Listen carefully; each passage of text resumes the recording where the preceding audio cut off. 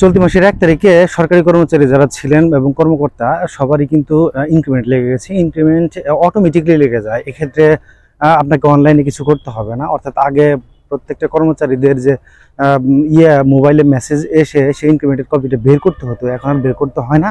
আইবাস plus প্লাসের সাথে pay fixation website সংযুক্ত করে দেওয়া আছে। ফলে দেখা যাচ্ছে যে এই যে আইবাস প্লাস প্লাসে আপডেট হয়ে যায় অটোমেটিক্যালি। অর্থাৎ সেটি যদি কেউ ম্যানুয়ালি আপডেট করে তাহলেও দেখা যাবে যে তার মূল বেতন সহ বাড়ি ভাড়া আপডেট হয়ে গেছে। অন্যদিকে যদি ম্যানুয়ালি আপডেট নাও করে তাহলেও কিন্তু মূল বেতন এবং বাড়ি ভাড়া অটোমেটিকলি আপডেট হয়ে যাবে। কেউ আইবাস প্লাস প্লাসের মাস্টার ডাটা গিয়ে যদি চায় যে তথ্যগুলো আপডেট করে দিবে তাহলেও হবে, আর আপডেট না করে দিলেও বেতন বিল দাখিল করার সময় এটি সঠিকভাবে নিয়ে নিবে। তাই এই যে অফিসের কিছু করতে হবে না এই ইনক্রিমেন্টের ব্যাপার নিয়ে, এবং আপনার যে অফিস সেখানে আসলে আপনাকে কিছুই করতে হবে না।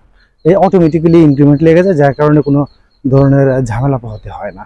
তো আপনারা চাইলে সিএএফও যে পিএফএম সেখানে গিয়ে জিপিএফটা যেরকম চেক করে নিতে পারেন, ঠিক আপনি যদি চান যে আপনার মূল বেতনটা আপনি চেক করে নেবেন, সেক্ষেত্রে payfixation.gov.bd ওয়েবসাইটে গিয়ে আপনার যে এনআইডি এবং পে ফিক্সেশনের যে ভেরিফিকেশন নম্বর সেটি ব্যবহার করে খুব সহজেই কিন্তু আপনি মূল বেতন দেখে নিতে পারেন, আপনার ইনক্রিমেন্ট লেগেছে কিনা সেটি চেক করে নিতে পারেন। ভিডিও ডেসক্রিপশনে আমি লিঙ্ক দিয়ে দেবো, সেখান থেকে আপনি চাইলে আরও বিস্তারিত জেনে নিতে পারেন।